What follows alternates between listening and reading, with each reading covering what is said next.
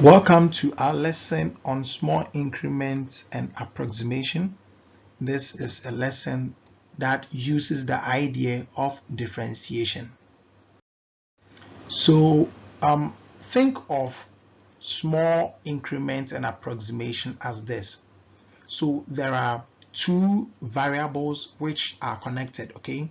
So when one increases or when one changes, what is the effect on the other variable, okay? So think of it this way: expenditure and then income, okay? They are connected.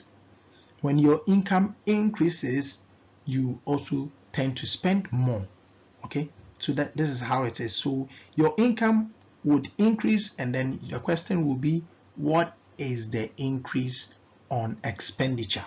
Okay, so that is what small increments and approximations are. That so it wouldn't increase by a huge difference, but like slight increment, and then you look for the slight increment on expenditure. Okay, so this is how it is represented mathematically. And the reason why we don't use equal to is that we are approximating it, okay? We don't know for sure the answer, the exact value, okay? So we are just approximating it, all right? That's why we use this. So when x changes, all right, you'll be told to look for the slight change on the y, okay? But what do? So this is what you do. For you to look for the slight change on the y, you have to multiply your small change in the x by the differential of the function or the curve, okay? So let's take an example and see how this whole thing works out. So this is the question. Variables x and y are connected by the equation y is equal to 2x cubed minus 3x. Our job is to find the approximate change in y as x increases from 2 to 2.01. Like I said earlier, the change is very, very small, okay? So from 2 to 2.01, which means it has increased by what? 0.01, all right? So this is what I will urge you to do. Always fish the data from the question. It will really help you, right? So from the question, what do we have? We have the curve, we have the small change in x, which is called delta x, all right? Small change in x is delta x. That is the ending minus the beginning. So that small change is 0.01. Then we also know that x, the original x, was 2. And what do they want us to find? They want us to find the small change in what? In y, okay? So we know that the small change in y will be dy dx times the small change in x, where the small change in x is 0.01. So given the curve, let's differentiate to find out dy dx.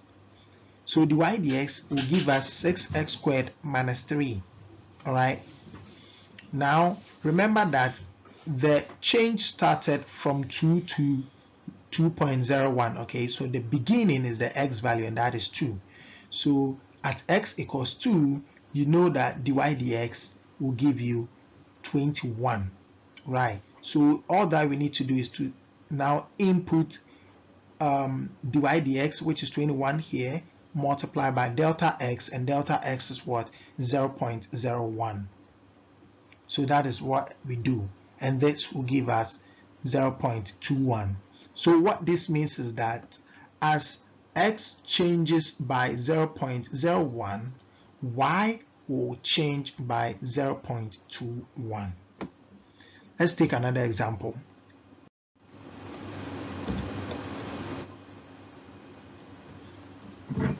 Right, so variables x and y are connected by the equation x squared y equals 400. Find in terms of p the approximate change in y as x increases from 10 to 10 plus p, where p is small. Now this part is really important. P is supposed to be defined because we are talking about small change, okay? Small change and approximation. So the change must be really small, right? So get your facts or data from the question. So from the question, we know that there is x squared y equals 400. We know that x started from where? From 10. And then we know that the small change in x, as delta x, is the 10 plus p minus 10, giving us what? P. So this is what we can take from the question. Now our job is to find what? The small change in y, that's the delta y. Right. So let's set up this beautifully. That is, if you want to differentiate, then it will be best for you to set up this way. That is, you divide through by x squared, okay? So you have y is equal to 400 over x. Then you differentiate. So when you differentiate this, you have negative 800 over 3, s cubed, right? So maybe you may be wondering how we got this. It's simple. This is the same as 400 x raised to the power negative 2. So when you write y is equal to 400 x raised to the power negative 2, you would differentiate to get this. Okay, so now we will find dy dx at 10, okay, at 10. So that will give us negative 4 over 5. Right, so remember that the small change in y, or the delta y, that we are looking for is simply dy dx times the delta x. Now we know our dy dx is negative 4 over 5 times delta x. But what is delta x? That is p. So times p. And then our answer is negative 4 over 5p. What this means is that there's a negative connection between your change in delta x and then that change in y, okay? So when x increases by p, y would decrease by 4 over 5p, okay? And it would decrease because of the negative sign. So that establishes the connection. Our third example. Right, so we have a curve which is being defined by this. Now we are to find, in terms of p, the approximate change in y as x increases from 2 to 2 plus p, where p is small. This question is very similar to the previous one that we solved. The only difference is that now we have a different definition for the curve, okay? So we state the important things that we need. We need a curve, we need the x, where the x started from 2, so x is 2. We also need the small change in x, okay? All right, so that will be 2 plus p minus 2, okay? And that will give us p. So these are the information that we need. Let's work with it.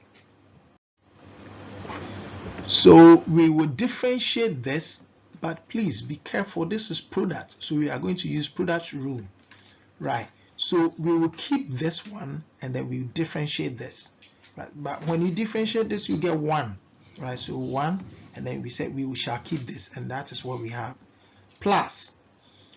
Right now we will keep this and then differentiate that. So we keep that one. When you are differentiating this, you would have to employ what we call chain rule idea, right? So you differentiate the outer bracket, so that will be 4 will come down here times this whole thing, then you subtract 1 from the 4, so that will be 3. Then you go inside the bracket and then you differentiate what is inside bracket, called the inner function, okay? So when you differentiate 2x minus 3, you get 2, right? So this thing looks a bit clumsy, so you clean it up, and now this is what you have. So nice, right? So let's look for the gradient at x equals 2, right? So at x equals 2, you put wherever you see x, you put 2 there, okay? 2 there, and then you simplify, your answer is 25. So now we know our dy dx, we know the delta x, so now we can look for our delta y. Right. Delta y is defined as dy dx times your delta x, that's the small change in x. But we know this is 25 and that is p. So what should we get? So that is 25 times p, giving you 25p. Right. So always when you are given a question, just look for your dy dx and then look for the delta x, and then you'll be good to go. Now what this means is that when x increases by a small number called p, y would also increase by 25. Why are we saying y will also increase? Y will increase because of the sign here. The sign here is positive, okay? So y will also increase.